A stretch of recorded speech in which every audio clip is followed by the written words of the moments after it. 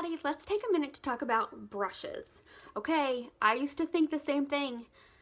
You need a brush, all I need is my finger, all I need is a sponge. But let me tell you guys, brushes matter. They make a huge difference in the quality that you get. So let's talk about the different types of brushes. Well, first of all, almost all of our brushes are natural, and we have a few that are synthetic fibers. And let me tell you the difference between the two. First of all, let's talk about natural. A natural brush is extremely durable. I have had these brushes for over 15 months, and they are still, I feel like they are better now than they were at the beginning. So natural brushes are great for powder products. If you are using powder products, these are the best. They move freely. The bristles don't stick together, so it spreads it a little bit more. It gives you more coverage. A few swipes, you have plenty on your brush, and it also gives you a beautiful blend. So let's talk about a synthetic brush. Well, a synthetic brush is man-made, and we have high quality synthetic brushes. And the cream shadow brush is an example of that. So these types of brushes are best for liquids and creams. So our liquid foundation brush is also synthetic. It doesn't soak up the makeup, and they tend to stick together to give you a more precise application. See how the bristles stay together. They're not as fluffy and full as a natural brush. So let's look at some different things that the brushes can do. First of all, let's look at a cream shadow. All right, so obviously you can definitely use a cream shadow brush.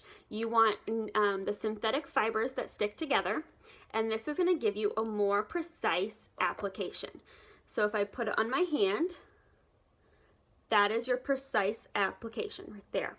But sometimes I like to change things up. There are no rules in makeup. So I might use my liner shader brush, the liner side, if I want a softer look.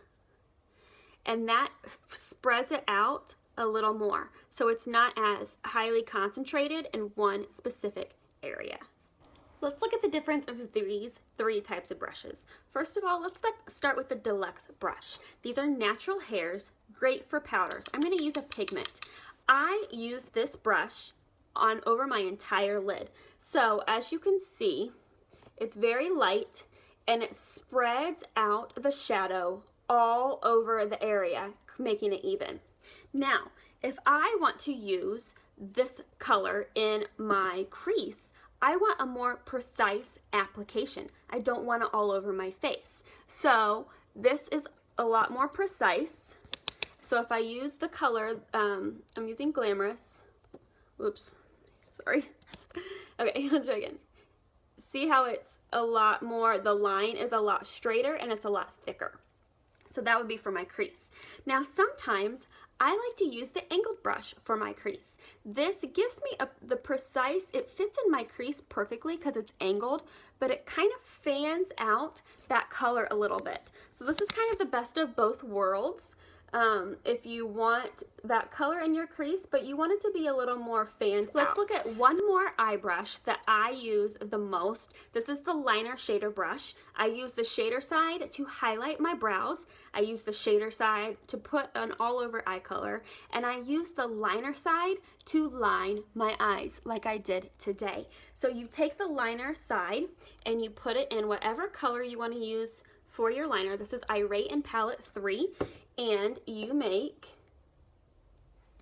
a liner, a straight line. You can get this brush wet and it creates a gel liner and keeps it on a little longer. Last but not least, let's look at some face brushes. So I'm going to start with my favorite. This is the liquid foundation brush. It is made specifically for the liquid foundation.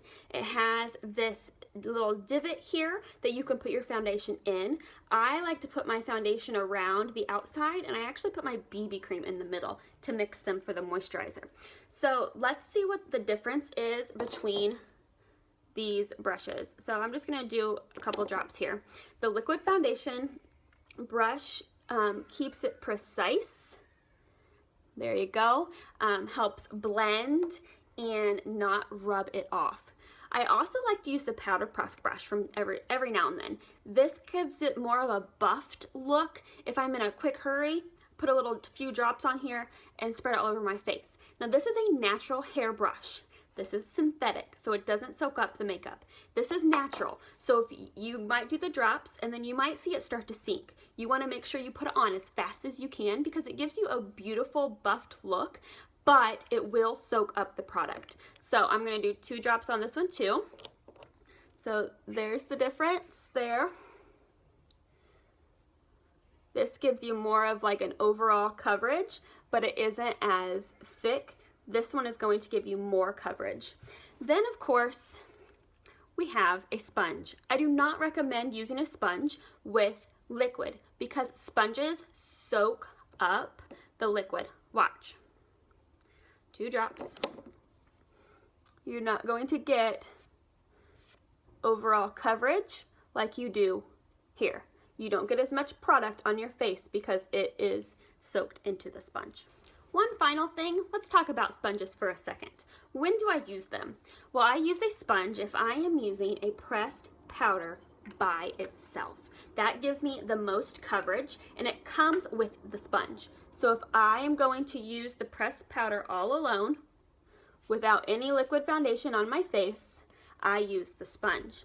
I always end my makeup with a dusting of pressed powder to set, and I use a powder puff brush for that because I don't need a lot of product. I just do a quick dusting to set my makeup. If I want more coverage and I'm only using the pressed powder, I do use the sponge. So those are my brush makeup tips. Brushes matter. I'm telling you, you will notice such a difference with the vibrancy of your colors, how long they last when you get some good high quality brushes that are made for the products that you're using.